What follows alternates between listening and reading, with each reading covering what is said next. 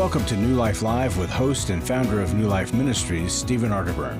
For 35 years, New Life has been transforming lives one at a time thanks to the giving hearts of you, our listeners. Our goal is to provide you with wisdom from God's Word to give you hope and help in life's hardest places. If you have a question you'd like to ask today, our phone lines are open. Call 1-800-229-3000. That number again is 1-800-229-3000. Now here's Steve. Well, hello, everybody, and happy Friday. We made it through the first week of the year of 2023. Isn't that amazing? And I am so glad to be joined by Dr. Alice Benton and Dr. Jacqui Mack-Harris. Hello. Hello. What a pleasure to be sitting with you two gals. Yes. It's wonderful to start the day with just a good thought in mind. How do we make a difference in our lives? And a lot of times we focus on negative things. You know, I'm doing the same thing over and over again, expecting different results. And I'm getting down into the weeds of trying to break a bad habit. But have you ever thought about perhaps you need to start a good habit? Maybe that's the way we have to do it. And, you know, there's a saying that says nothing changes when you keep doing the same thing. And, you know, so I wonder what some good habit making would look like in your life. And it doesn't even, you know, we talk about, I don't know if you guys have heard this before. It's a very common saying that 21 days makes or breaks a habit. Mm-hmm. There's been studies to refute that. And, you know, and what I would say is just make a good habit. But, you know, Jacqui, Alice, what are your thoughts about making a good habit?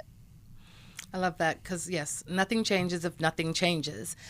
And making a small change, it's easier. It's less overwhelming to think about, oh, I'm going to give up sugar, right? But if I decide I want to eat healthier, maybe I can add more. I'm going to have a salad every day. And I started that last year, that I just wanted to make sure that at least one of my meals every day was a salad, so that I was eating fresh, green, leafy, raw vegetables. And now that's just a normal part of my grocery shopping. It's a normal part of my life. If I haven't had one by dinner, then I'm like, okay, well, I'm craving a salad. So I didn't give up sugar, but I added more vegetables. So I think you choose. You have to make a choice, and make a choice for the positive, because it's like positive reinforcement. Negative reinforcement, punishment, I don't know that it works as well as the attaboys when you do something really well. So I like that. Alice, how about you? What good habits would you or have you done? Well, I was driving to a destination, and when I got there, I said to myself, I hit red lights the whole way. That always happens to me. But I stopped for a second and thought, wait, was that accurate? So as I continued to drive at other occasions, I thought, I'm going to start counting the green lights that I hit. And I hit more green lights than red lights. But because we all notice the negative and we complain and we perseverate on it, that tends to take over the majority of our perspective. And so counting the green lights in our life and actively practicing gratitude, both for our little improvements, incremental improvements we're making, but also the good things that happen to us. It increases our energy, our motivation, and gratitude increases our happiness. And all of that helps us better pursue our goals. You know, another thing about setting good habits is sometimes visual markers, kind of like along the lines of what you were saying, Jacqui, is I want to have salad for at least one of my meals.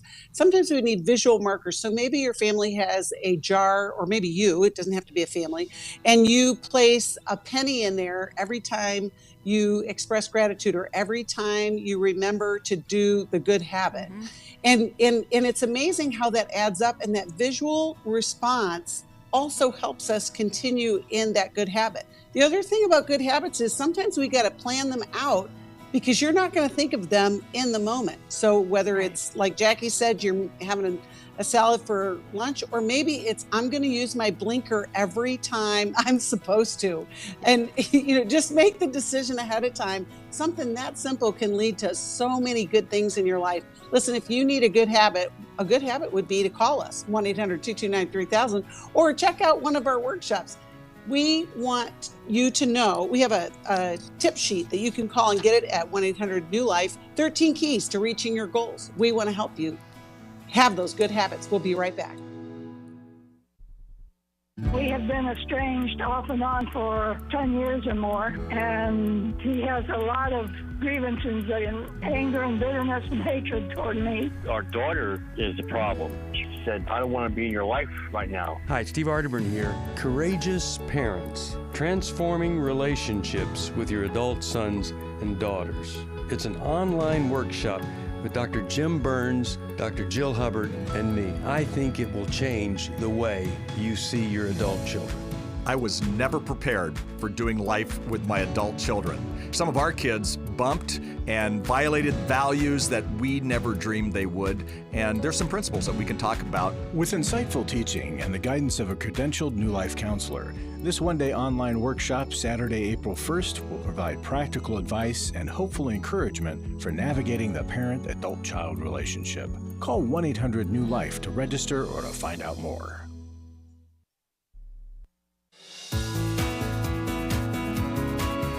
To find out more information about New Life or to order any of the resources mentioned on today's program, call 1-800-NEW-LIFE. Now back to New Life Live. Welcome back. In case you missed what I was saying, we do have a tip sheet, 13 keys to reaching your goals, and we're going to send it your way if you want to give us a call and let us know. Right now, we are going to go to the calls, and we're going to talk to Theophilus, who's calling us from Landover, Maryland, listens on WAVA. Hello, Theophilus. How can we help you today? Good afternoon. Praise the Lord, and Happy New Year to you. Happy New Year to you. Yes. How can we help you? Yes.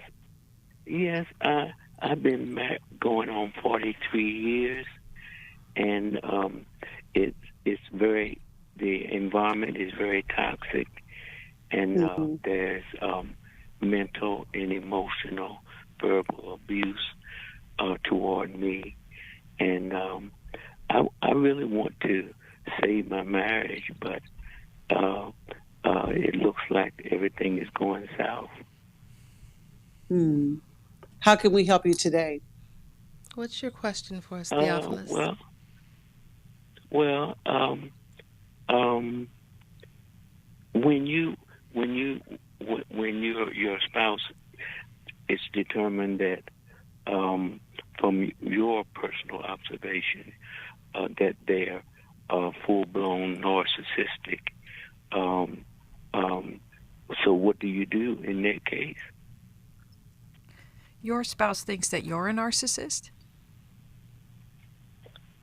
She is full-blown narcissistic. Okay. And her abusive behavior, has that always been present through the history of your relationship? Yes, ma'am. Is there substance use as well? But what I did,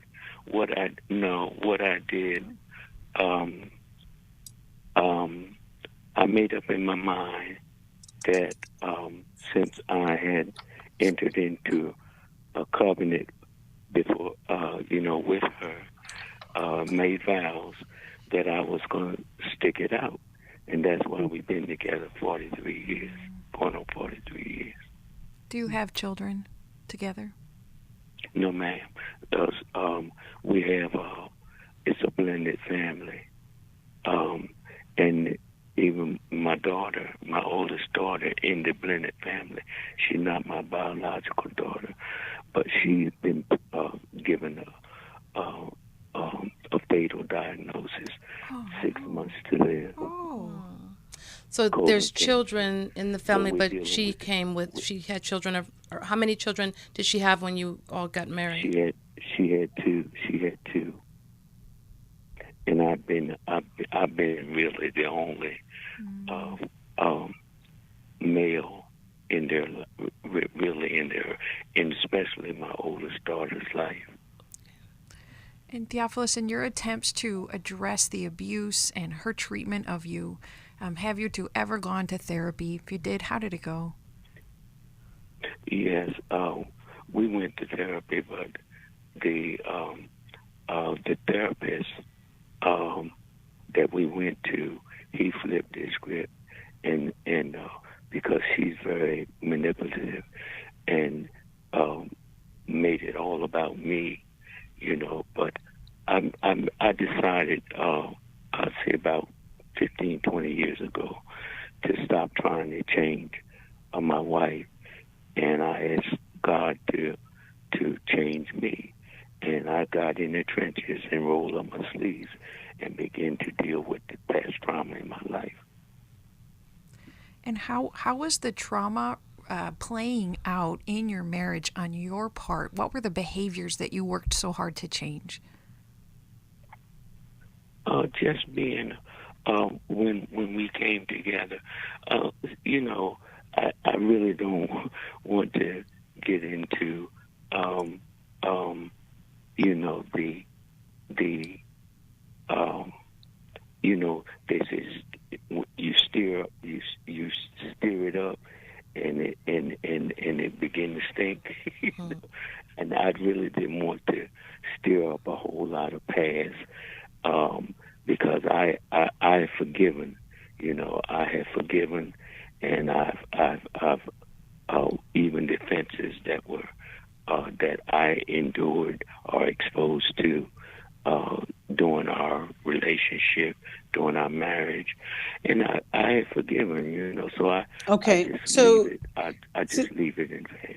So, Theophilus, I think what happens, though, when we just say, I forgive, and then you're calling about, you know, ending a marriage, there's a lot of work in between. If the last therapist that you saw was 15 years ago and you've been putting up with, you know, this disconnection.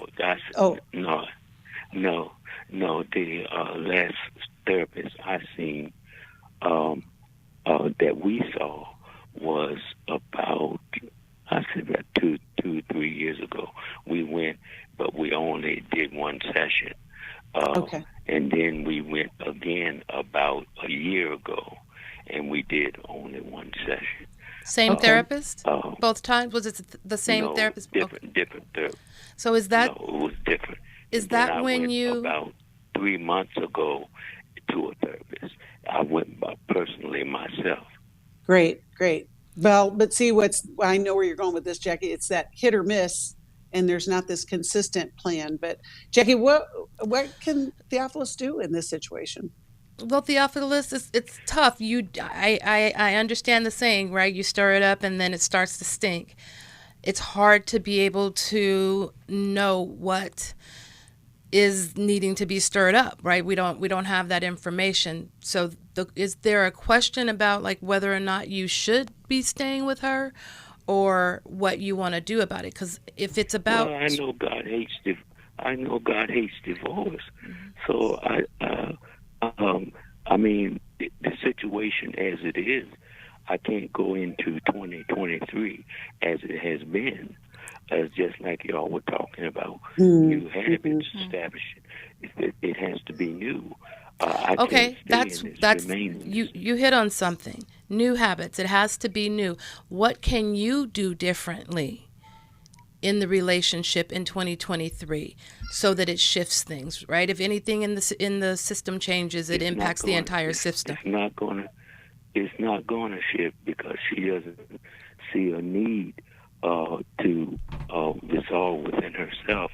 She doesn't see a need or want to change. Theophilus, there are some things you could do to help her to see the need better. You're right to forgive. We're called to forgive over and over and over again. Yeah. But we make a mistake when we forgive and try to forget. And I hear you attempting to do that. And you've had to do it to survive, I think, because the hurts, the injuries from her come so frequently.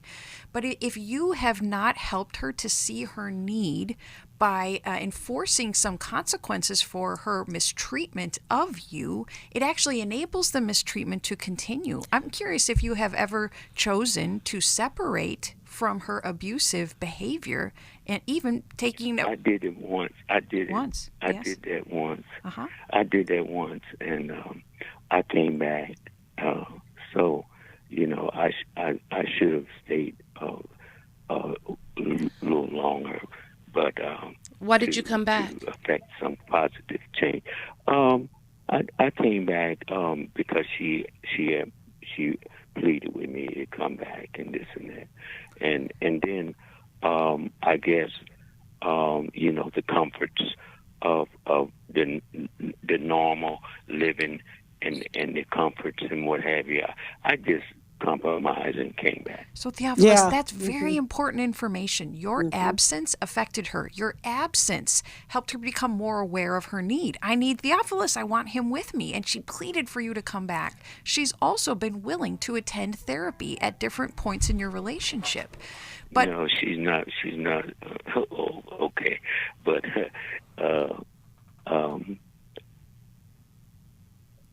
so Theophilus, I want you to consider combining the two before you give up on the marriage. And by that, I mean alerting her that I'm feeling like I'm at the end of my rope here with this marriage. I feel really beaten down by what we all have gone through. Right. We've tried therapy before, and I want us to try again. And if you're willing to, we might have a chance at this marriage. But if you're not willing to attend therapy and you continue to mistreat me, then I'm going to have to protect myself by stepping away. And I might even have to separate from you again if you won't get the help that we need. I have a question. I have a question, Theophilus. She said I have a something to me. Yes. She said Well, something to me you might be telling me what I'm going to ask. That was the last. That was the last straw. But go ahead. You go ahead. That's what I want to know. I couldn't take anymore.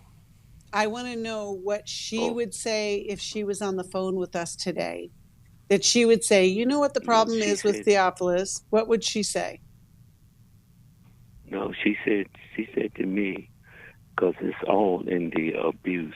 She said to me, "You need to stand up and be a man or a woman, whatever you are."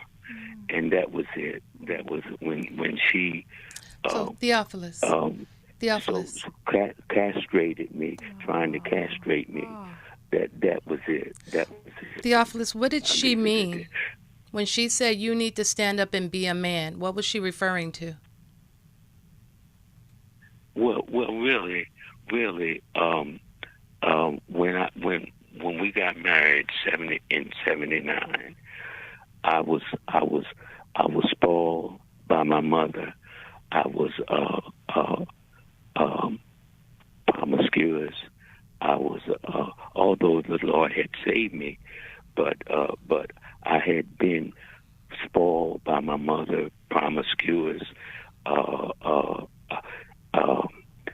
in the fast lane for years. But anyhow, and so really, when God began to work with me and to develop me and mature me from a childlike attitude to thinking like a man, she really couldn't handle that. So you're saying that when you stopped being like the hood dude, the street dude, that she didn't see you in the same way anymore? When you started to settle into church and following God, she said she wanted him. Right. She said she wanted a man, but when God actually, Paul said, when I was a child, I understood and I conducted myself. But when I became a man, I put away. She was asking for something that she really didn't want. Well, I wonder if what she was asking for and what you were talking about are two different things. Mm-hmm. How would she define you being a man? Like, what is she, when she says you need to stand up and be a man or a woman, whatever you are, she's conveying the way that she sees you and what she would rather have. Has she ever described, can you paint a picture? What does being a man look like for you? What are the things she is asking for from you specifically? Do you know? She wants someone that she can dominate, control. So what is the thing she tries to tell you to do? What kinds of things is she trying to? Does she tell you when to get up, where to go, what kind of job you should do, what to wear, what you can eat, what you can't eat? All the above. All the above. And if you don't want to do something she suggests you do, then what happens? Right. Then it hits the fan. So she gets upset because you say, "No, I don't want to eat that. I'm gonna just make me a sandwich." So she throws a fit. Well, see, you're using a common analogy, but it's more. Well, I'm using the common analogy because you didn't want to stir up the pot and give us the details, so I'm making it up on my own. Listen, you can hear the music, Theophilus, so hold on just a second. We're going to go to a break. Relationships are complex, and the way that we communicate are complex. And sometimes what we hear is not really what's being said, and vice versa. Sometimes we're saying what the other person isn't hearing right. And so, trying to get on the same page is the work that we have. And I know it's been a long journey, Theophilus. I hope when we return after the break, we'll give you a couple of steps that you can take forward. Like you said, maybe this new year will be the new year and a redemptive year for your relationship. We hope so. We'll be right back after this break.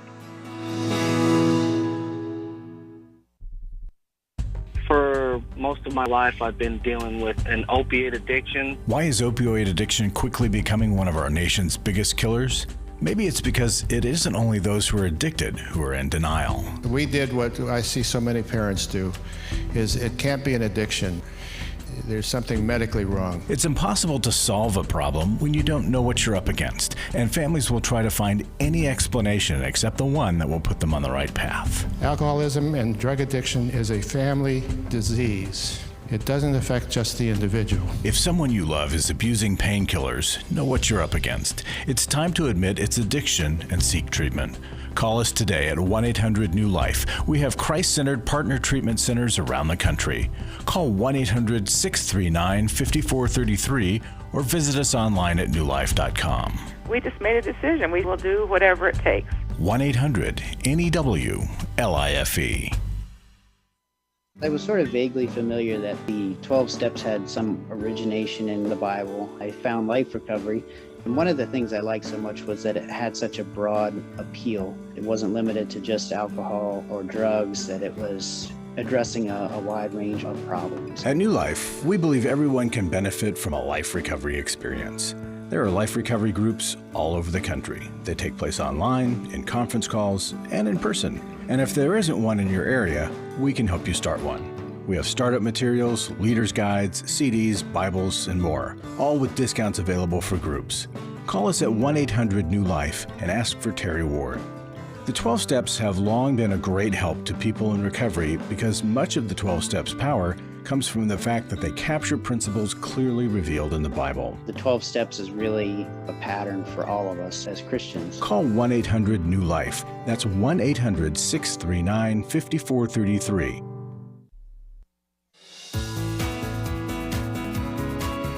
We'd love to hear from you. If you have a question or a comment, call toll-free 1-800-229-3000. Now back to New Life Live.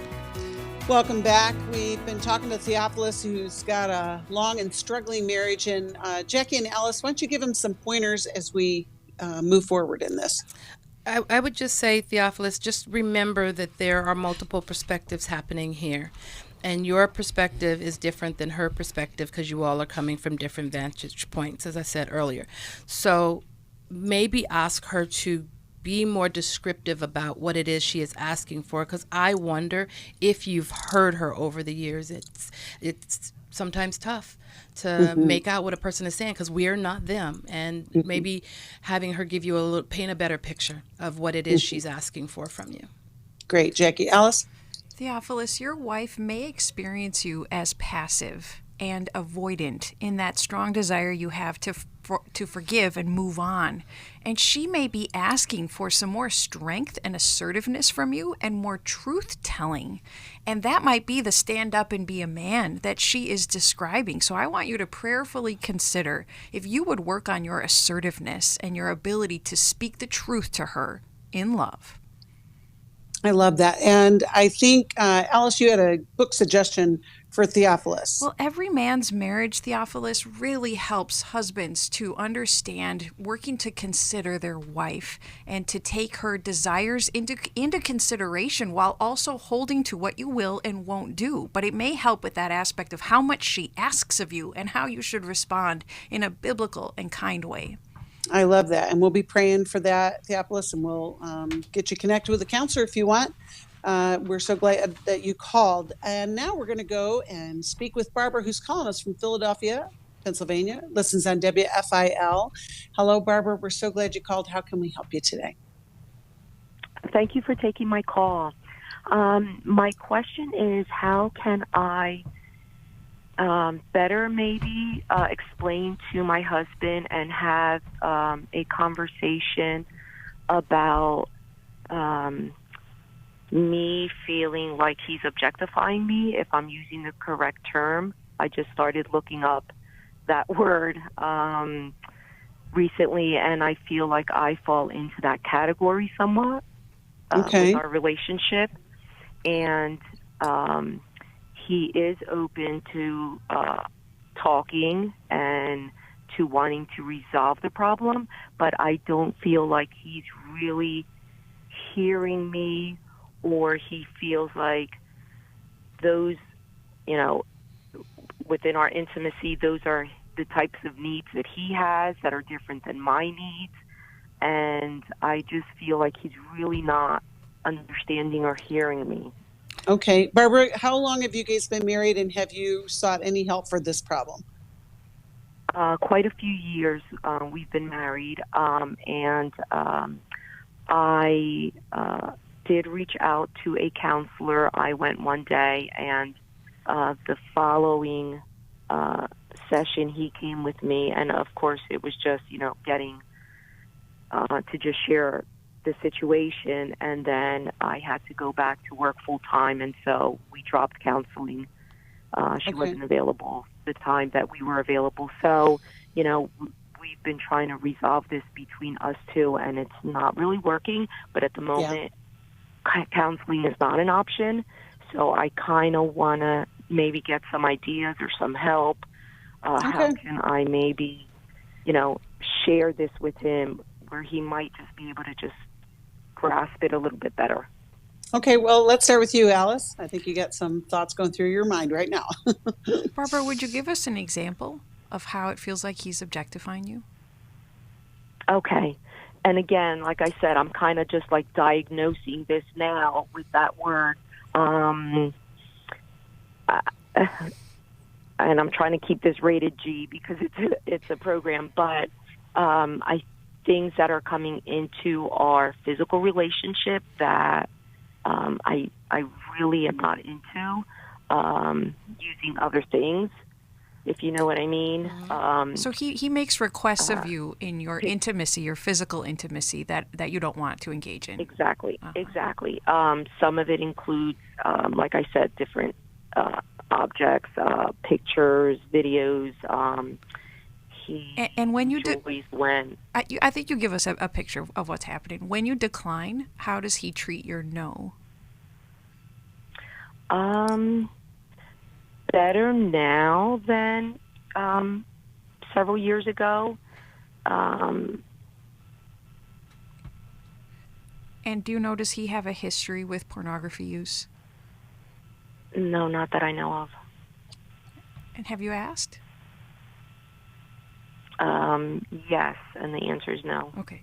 And you have reason to believe his answer? He's a trustworthy man. I don't, that I know of, yes. Okay.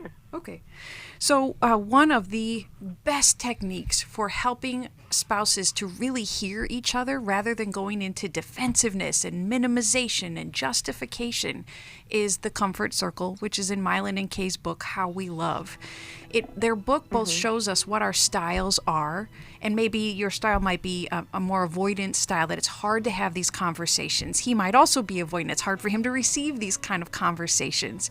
But when we invite our spouse into the structured conversation of active listening, it slows the conversation down and increases our capacity to hear each other on difficult topics. And I'd recommend... Go ahead, Becky. Well, you can hear the music, and Alice, you want to recommend that book, but we're going to go back. We're going to talk to you some more, Barbara, after the break. Jacqui's got some wisdom that she'll share with you as well. And I think you're on the right track there, Alice. It's so hard for marriages to connect. That's what we're hearing. And yet there is a path and a process, and we can help you with that. We're going to go to a break, and we're going to take care of this after the break. 1-800-229-3000. My husband was involved with a pornography addiction. He was unfaithful. I called the wedding off. He stepped out on the marriage and ended up having a child. The Restore Workshop is designed for a woman dealing with a man's sexual addiction issues. My husband is a recovering sex addict. We're strip clubs, other ladies. If you've been affected by betrayal, an emotional or physical affair, or pornography, the Restore Workshop will equip you with support and tools to help you through. Restore has empowered me and has given me the tools to work through my anger, work through my pain, work through my confusion, and help me realize that I am worthy. Being here and being surrounded by people who get it has given me my power back. The Restore Workshop is coming to Orange County, California, February 24th through the 26th. To register or to find out more, call 1-800-NEW-LIFE or online at newlife.com. Thank you, Restore. You have changed my life forever. I was really living a very anxiety-filled life. I did go to Take Your Life Back. That's why I continue to support the ministry with the hope that not only am I helping my own situation, that I'm helping others as well. You can help New Life stay on the air by joining Club New Life today. When you sign up to support us monthly through Club New Life, we'll send you the new member thank you gift of the 1-year Bible for men or the 1-year Bible for women. These Bibles combine the best-selling daily Bible reading format with 2-minute daily devotionals written to create a one-of-a-kind devotional Bible that you'll love. There are also ongoing benefits like the monthly Club New Life CD or download, access to the Club New Life video library, quarterly resources, and discounts on workshops. Call 1-800-NEW-LIFE. Support Club New Life, and together we can help hurting people find help and hope in life's hardest places. Call 1-800-639-5433 to join Club New Life today.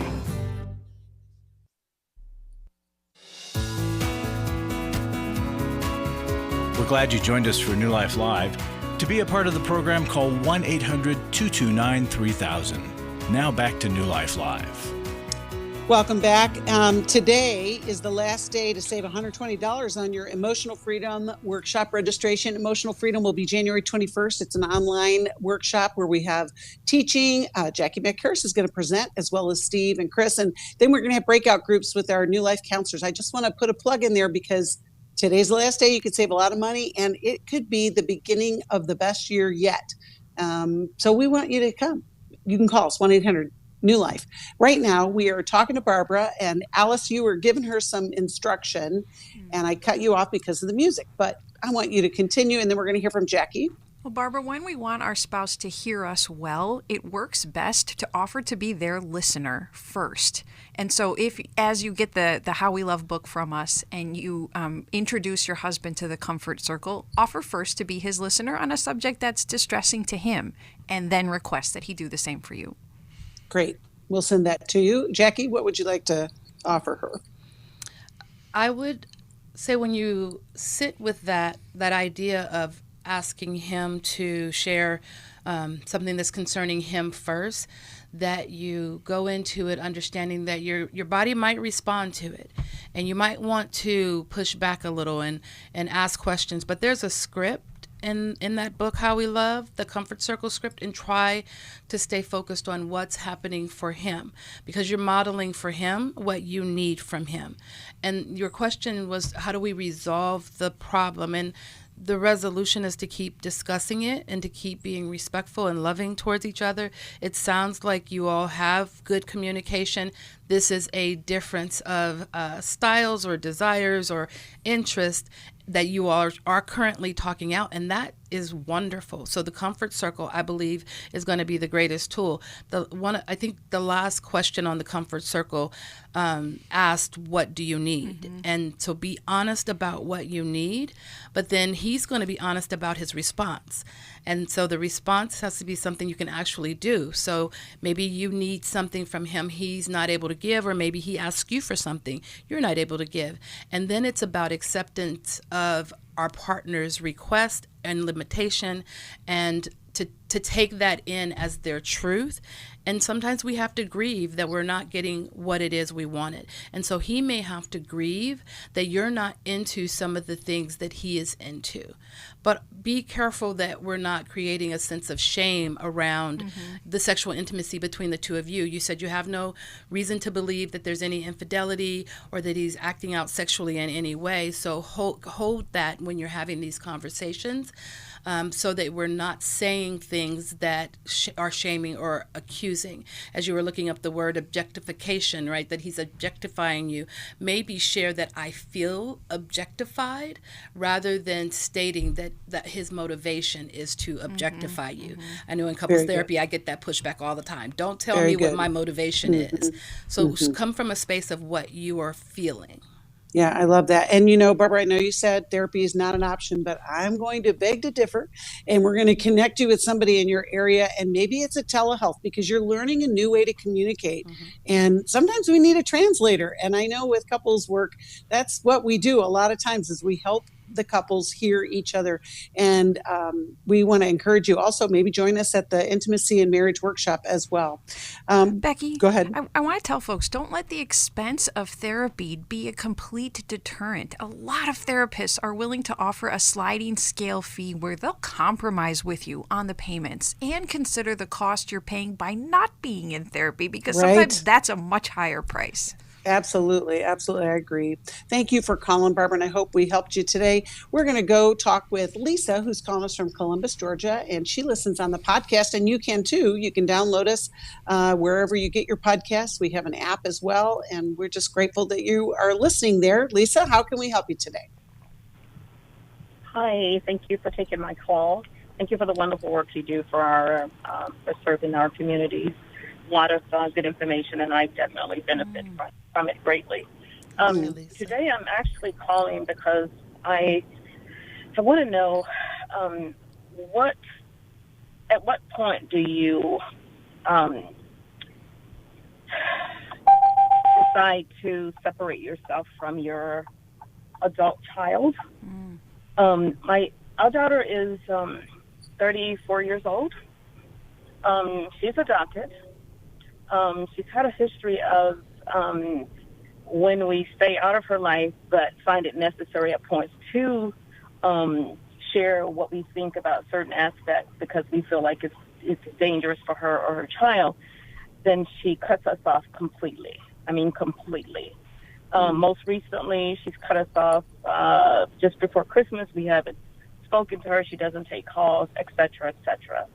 And my husband is at a point where he is feeling like, in order to preserve ourselves, we have to cut her off. Lisa, is she involved in risky behavior, substance use, illegal behavior? So she has openly said to us most recently that she does marijuana and she doesn't think that there's anything wrong with it.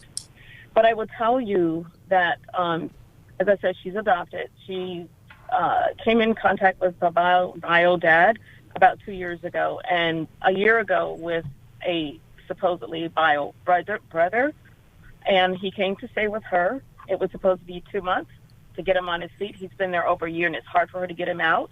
We don't know why, but all he does is smoke marijuana pretty much most of the day. Now, recently, we became very, very concerned because we love our grandson. We're very, very involved in his life, and suddenly she told us that he's going to be spending more time with his father instead of her.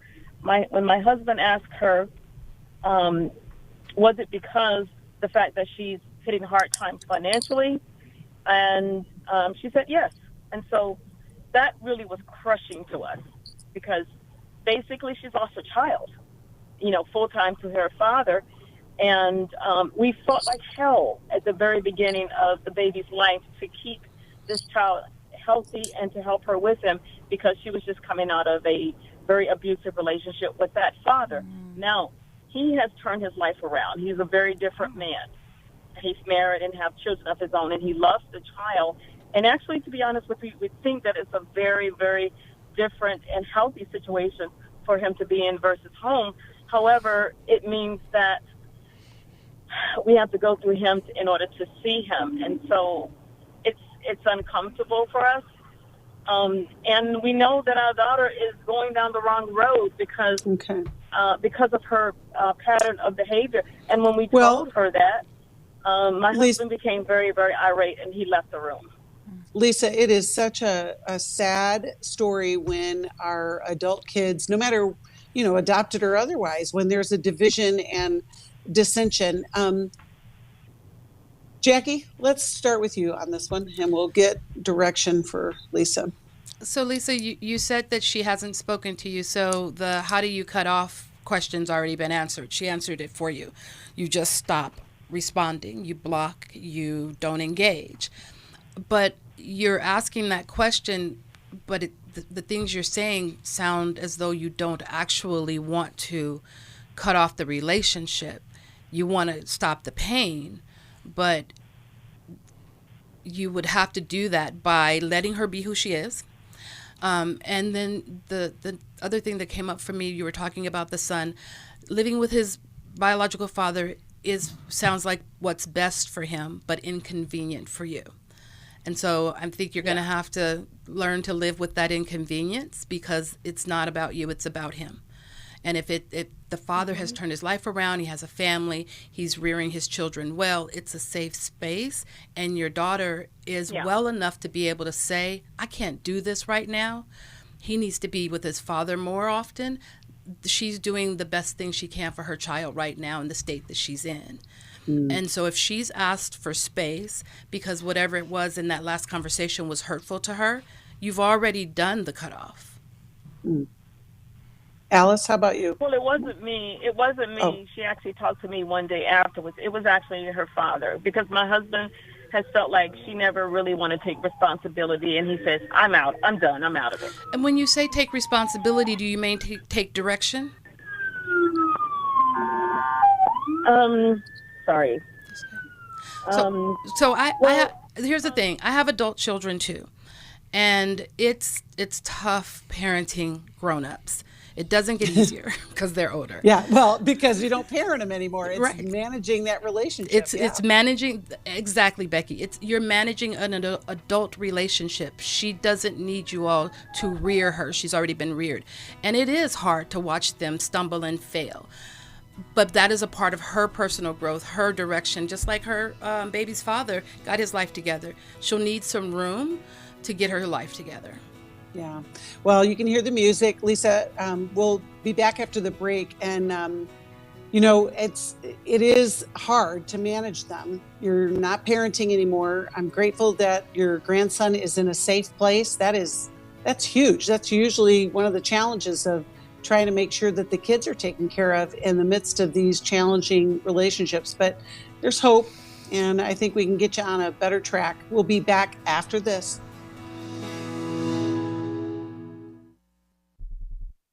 Hi, this is Steve Arterburn from New Life Live, and Chris Williams and I are doing the Emotional Freedom Workshop. A lot of people are you could literally say, in bondage from past trauma that has created an emotional web that they don't understand, and it prevents them from being free. A person that loses their temper regularly is not emotionally free.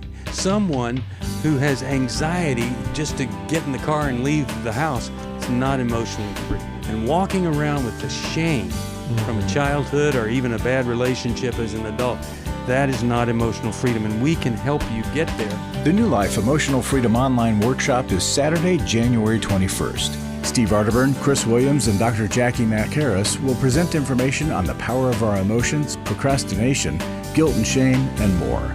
And small group leaders will help you process the information you learn. Call 1-800-NEW-LIFE or register online at newlife.com.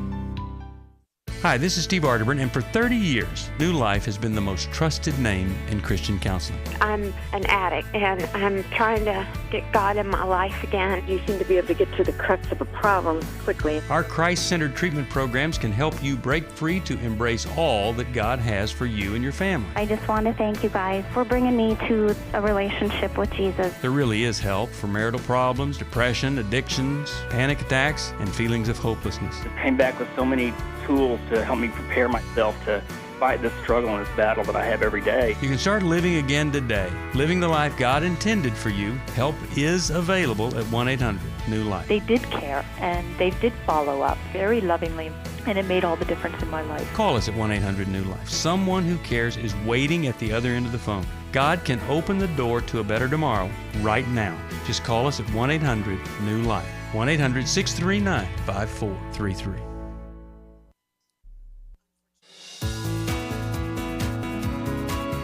To find out more information about New Life or to order any of the resources mentioned on today's program, call 1-800-NEW-LIFE. Now back to New Life Live. Welcome back. We're talking with Lisa, who's got a little bit of a challenge, a big challenge, granted. But Jacqui and Alice, let's give her some direction moving forward on this. Lisa, I'll caution you that I rarely advise parents to totally disconnect from their children because, in part, our kids still need our godly influence in their lives, but we may have to pull back and limit our exposure to them if their behavior is destructive and hurtful to us. But when a child cuts off communication, it's always necessary to look at, as a mom, what was my part that led up to my child it's not talking to me anymore? Because it's that biblical principle of the beam in my own eye versus the speck in her eye. There's certainly things wrong with how your daughter is behaving, and we moms know we're imperfect too. So even in my best attempts to mother, I still have hurt my children sometimes. And so the willingness to look at what have been my imperfections, and when you get the chance to ask your daughter, how have my shortcomings affected you? I actually want to hear from you about this. And in the meantime, keep in mind, Lisa, that as she's been adopted, despite all the love she received from you, adopted children often struggle with attachment. And so there's a push and pull that they engage in because it can be frightening to attach and remain attached when they have lost their biological parents. Even if it was as an infant, we still often see that play out. And I think sometimes adoptive parents struggle to attach as well. And there's that qualifier that they're adopted, and therefore it's not the same bloodline, but environmentally, she's your kid. She's lived in your family. She's been reared by you, and your traditions and your behaviors and attitudes are the things that have shaped her.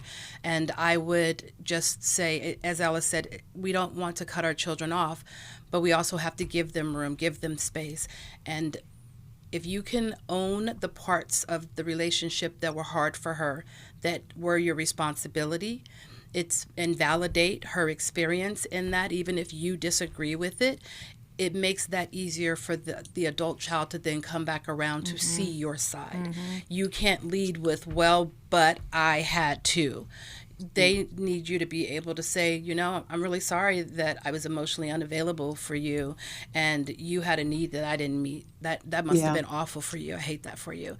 And then they can usually come back around with an understanding for you. Yeah, Lisa, we're going to send you a copy of Dr. Jim Burns' book, Doing Life with Your Adult Children.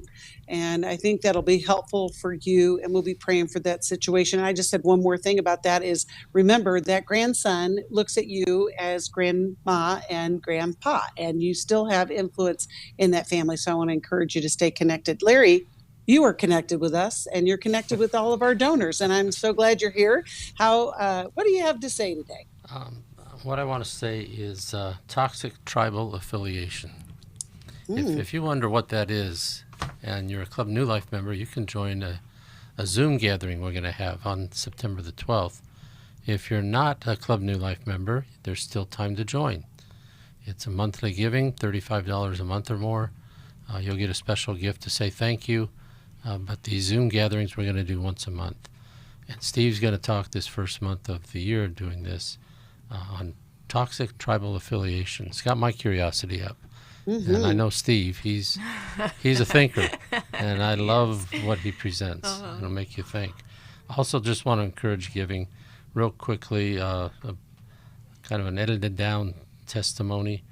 This lady writes, a couple years ago I made a plan to end my life, but I was able to receive therapy that surely saved my life. The Ministry of New Life Live continues to help me keep close to God's Word and His intention for my life. And that's what we do, folks, and that's why we seek your support. Club New Life is one way. Just sending a gift, calling and making a gift online, on the phone. That's whatever. We need your support, and we just thank you for it. Maybe you can get a call in, Becky, so I'll get out of here. I think I can, and I'm so grateful for our donors. I appreciate our partners in ministry, and it's making a difference. We're going to talk with Mary. Hi, Mary. I'm so glad you called. She's calling from Allentown, Pennsylvania. Listens on our app, and you can too. You can download it. But Mary, we only have a few minutes left, but we wanted to get to your call. How can we help you today? Hi. I'm calling on behalf of my daughter, who is going through a rough time right now, where her husband asked for a partial separation because he had given her an ultimatum right maybe 2 months ago, told her that he needed her to get a job by January 1st because he wants to move in to like a mother-daughter house with his mom, but they can't afford it unless she has a job as well. And she did not get a job by January 1st. So now he's moved out into a home with a friend Monday through Friday. And he's going to come home on Saturday and Sunday to spend time with their 2 children. And I don't know if they're going to still go to church together. He didn't go to church with her on Sunday, but I don't think that that's normal. I think that's very odd that You might be right. You might be right, Mary. I think because we only have a couple minutes left, Alice and Jacqui, can you help Mary help her family? Mary, it does seem like an extreme reaction to his request, but I'd have your daughter consider if over the years of their marriage, if he has needed more help, more participation from her in various areas of life. And so it may be possible that this feels like the last straw to him, that he cannot get her on board to participate. Otherwise, this is pretty confusing. So when something seems hysterical in the present, it seems like an exaggerated response. Usually in the history, there's an accumulation that has led to this exaggerated response. Yeah, I call it stacking dynamite. Over the years, things have happened, and it's just stacked up and stacked up and stacked up. And if they've struggled financially, or he has dreams that he can't achieve because they're a one working person family, and he's asking for more support, which maybe she's not able to, or that's not where she's headed. She's not thinking about getting a job. He may feel that she's not respecting him. She's not meeting his needs. She's not caring for him in that way. But I think the question is it normal for them to have this type of separation? And normal is relative. I've heard people say so many times, this isn't a real marriage. This isn't a normal marriage. If you have the certificate and you said the I do's, it's a marriage. And what it looks like and how you navigate it is going to be different in every situation and in every family. He sounds like what he has done is he has separated, and he's coming home so that he can still have his time with the kids. And if they divorce, then it would probably be that setup where he would see the children on the weekends. He set a boundary, and it wasn't met, and he is executing the consequences. Right. Mary, what I would suggest, and hold on, and we'll get you connected. She needs to be with a counselor. They need to be with a counselor to navigate this, because this may have blindsided her, but she's going to have a plan and a strategy. There are kids involved, and like they both just said, this is not new. This has been building up. And so obviously she's going to need help. And if you're calling us, that tells me that you're concerned because she's not seeking help too. So, just hold on, and we'll get you connected with somebody that can help you or help her with this. I think we've said this a number of times today. Marriage is tough. There's a language to be learned in each and every marriage. Our Intimacy and Marriage workshop can help couples how we love. The book is a great. We'll send that to Mary. You can hand that off to your daughter, and but we're here to help you because we know that there is hope and there's a way forward. And we love hearing those after stories when people have figured out how to manage those differences. Thank you, Jacqui. Thank you, Alice, for your wisdom. Thank you, Becky. I'm just so grateful for both of you, and I hope that this first Friday of the year is the best one for each of you. Thanks for listening. Thanks for listening. We hope this program has helped you by giving you insights for handling the challenges you face in your life. We want you to know that we're here for you, but you also need to know that New Life Live is a listener-supported ministry. To make your donation or to get any of the resources mentioned on today's program, call 1-800-NEW-LIFE. That's 1-800-639-5433, or write to us at New Life Ministries, P.O. Box 1029, Lake Forest, California, 92609. Please join us again on Monday for New Life Live. Hi, thank you for watching New Life Live. You know, New Life Live is a Christian counseling program where we deal with the hard questions about life, relationships, kids, free choice, freedom of will, whatever. It's all right there on New Life Live every day, every weekday, 1 p.m. Eastern, 10 a.m. Pacific. If you want to call into the live broadcast, you can find the schedule on newlife.com or click the social media link right below. You can see every episode of New Life Live on the New Life YouTube channel. Watch it with a friend, watch it later. Be sure to subscribe and hit that bell so you'll never miss another episode. So if you want to listen on the go, download the app. The link is right below. And I hope if you need some information, if you want to get some help, you'll call us at 1-800-NEW-LIFE. And I'll see you next time.